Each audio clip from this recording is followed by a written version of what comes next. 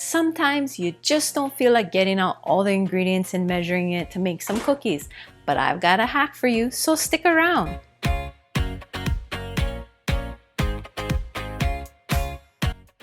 Aloha Maika'i, my name is Relle and welcome to my kitchen where I like to share all my favorite island and Hawaiian style recipes. And today we'll be making pancake mix cookie bars.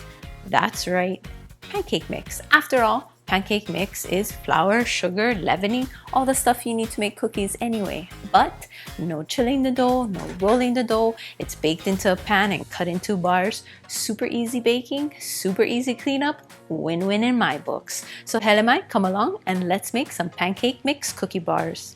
First, you'll need some pancake mix, obviously, because that's what we're making. And today I'll be using Foodland Maika'i's buttermilk pancake mix. I'd like to take this time to mahalo Foodland Hawaii for sponsoring this video. All opinions are my own, as always. To a large bowl, add brown sugar. Brown sugar has more moisture than granulated sugar, but you could totally use granulated sugar. Then add softened butter and go ahead and mix this up. I don't know how many times I keep using bowls that are too small, but make sure your bowl is big enough so it doesn't make too much of a mess. Next, you'll add an egg. I've learned to crack it in a little container first before putting it in, before you ruin it.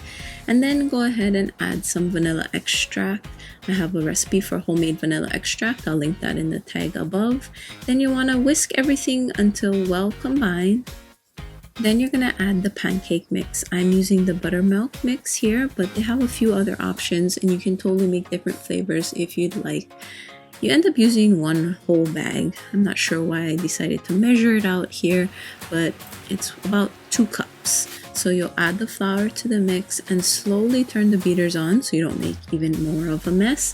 And you'll want to whisk that up until everything is well combined and it starts to resemble cookie dough.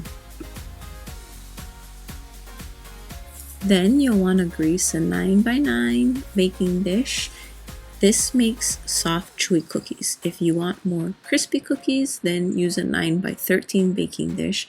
And you'll want to put all the cookie dough in like this. Now, you want to make sure your hands are wet because it'll start to stick. I probably should have continued wetting my hands while trying to spread it out. But if you just keep dipping your hands in water, it won't stick so much. And spread it out so the dough is evenly spread across the whole pan like this.